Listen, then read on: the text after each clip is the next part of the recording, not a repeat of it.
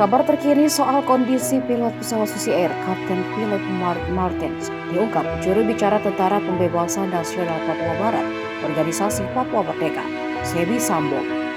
Hingga kini Mark sudah 21 hari disandra oleh kelompok kriminal bersenjata pimpinan Egyanus Kogoya di hutan Kabupaten Duga, Provinsi Papua Pegunungan.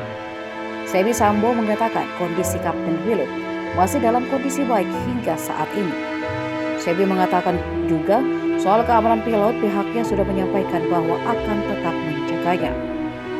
Untuk pembebasan Kapten Philip, kata Sebi, pihaknya bakal terus menunggu negosiasi dari negara-negara luar. Mengenai pernyataan-pernyataan mereka sebelumnya, kata Sebi, tidak akan ditarik kembali. Kapten Phillips disandra sejak 7 Februari 2023. Dia disandra setelah pesawat Susi Air Pilatus Porter dibakar KKB di lapangan terbang distrik Paro sekira pukul 6:35 waktu Indonesia Timur. Dengan penyanderaan tersebut hingga kini dan tanpa kendala, pihak keamanan pun masih terus melakukan berbagai upaya untuk melakukan penyelamatan.